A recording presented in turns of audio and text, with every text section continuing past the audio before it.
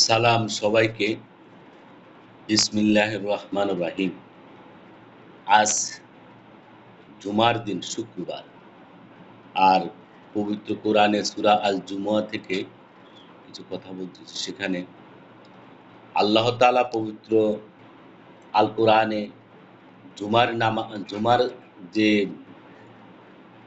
সূরা, সেই সূরায় কি বলছেন আর আমরা কি অনুসরণ করছি। বিসমিল্লাহির রহমানির রহিম। রাজ্যাধিপতি পবিত্র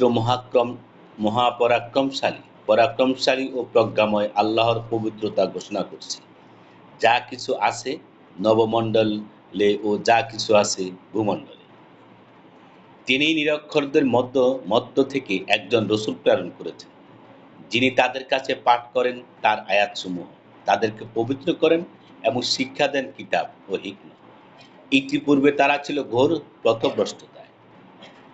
এই রাসূল প্রেরিত হয়েছে অন্য আরো লোকদের জন্য, যারা এখনো তাদের সাথে মিলিত হয়নি। তিনি পরাক্রমশালী, প্রজ্ঞাময়। এটা আল্লাহর কৃপা, যাকে ইচ্ছা তিনি তা দান করেন।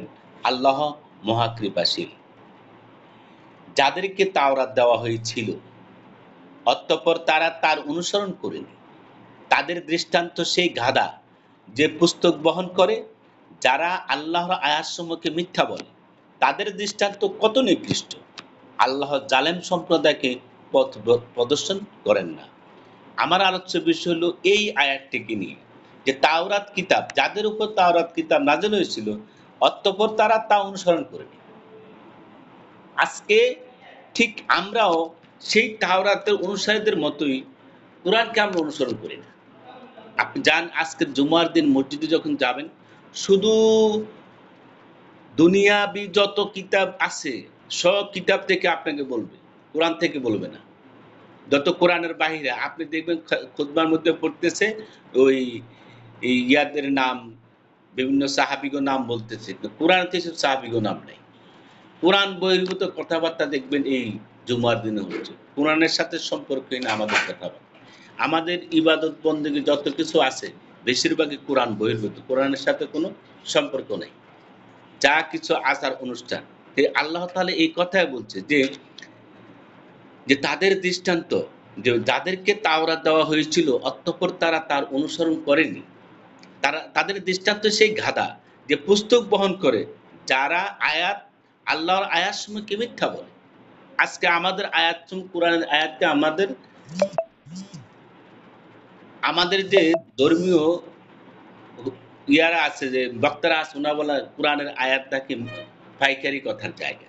ঠিক তদ্রূপ এখানে সেই জিনিসটাই দেখছি আমরা। তাদের দৃষ্টান্ত কত নিকৃষ্ট। আল্লাহর জালেম সম্প্রদায়কে পথ প্রদর্শন করেন না। আজকে তারা ঠিকই জালেম হয়ে গেছে। কোরআনের কথা বলে তারা খেপে ওঠে। কোরআনে কিছু বোঝা যায় না, কোরআনের বিশ্লেষণ নাই, ওই হাদিস লাগবে, ওটা লাগবে, সেটা লাগবে, তাফসীর লাগবে। কিন্তু আল্লাহ তাআলা পবিত্র কোরআনে যেকোনো বিষয়কে বারবার ঘুরিয়ে ফিরিয়ে বলে দিয়েছে। আল্লাহ বলছে, এতে কোনো সন্দেহ নাই। এই পরিপূর্ণ কিতাব। তো দেখেন, আমাদেরকে আসলে এই কোরআনকে পড়তে হবে, ভালো ভালো পূর্ণ পড়তে হবে। পূর্ণ পড়লে, বারবার পড়লে আমরা কোরআন সম্পর্কে জানতে পারবো।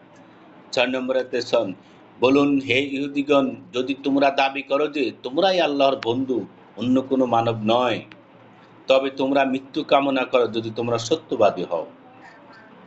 তারা নিজেদের কৃতকর্মের কারণে কখনো মৃত্যু কামনা করবে না। আল্লাহ জালেমদের সম্পর্কে সম্যক অবগত আছেন। বলুন, তোমরা যে মৃত্যু থেকে পলায়ন পর সেই মৃত্যু অবশ্যই তোমাদের মুখোমুখি হবে। অতঃপর তোমরা অদৃশ্য দৃশ্যে জ্ঞানী আল্লাহর কাছে উপস্থিত হবে। তিনি তোমাদেরকে জানিয়ে দিবেন সেসব কর্ম যা তোমরা করতে। মুমিনগণ জুমার দিনে যখন এখানে নামাজ বলা হয়েছে, আচ্ছা, জুমার দিনে যখন নামাজের আজান দেওয়া হবে, তখন তোমরা আল্লাহর স্মরণে পানে তরা করো এবং বেচাকেনা বন্ধ করো। এটা তোমাদের জন্য উত্তম যদি তোমরা বুঝো। অতঃপর নামাজ সমাপ্ত হলে তোমরা পৃথিবীতে ছড়িয়ে পড়ো এবং আল্লাহর অনুগ্রহ তালাশ করো ও আল্লাহকে অধিক স্মরণ করো, যাতে তোমরা সফল কাম হও।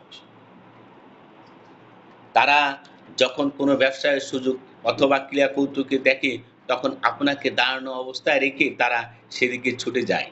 বলুন, আল্লাহর কাছে যা আছে তা ক্রীড়া কৌতুক ব্যবসা অপেক্ষা উৎকৃষ্ট। আল্লাহ সর্বোত্তম রিজিক দাতা।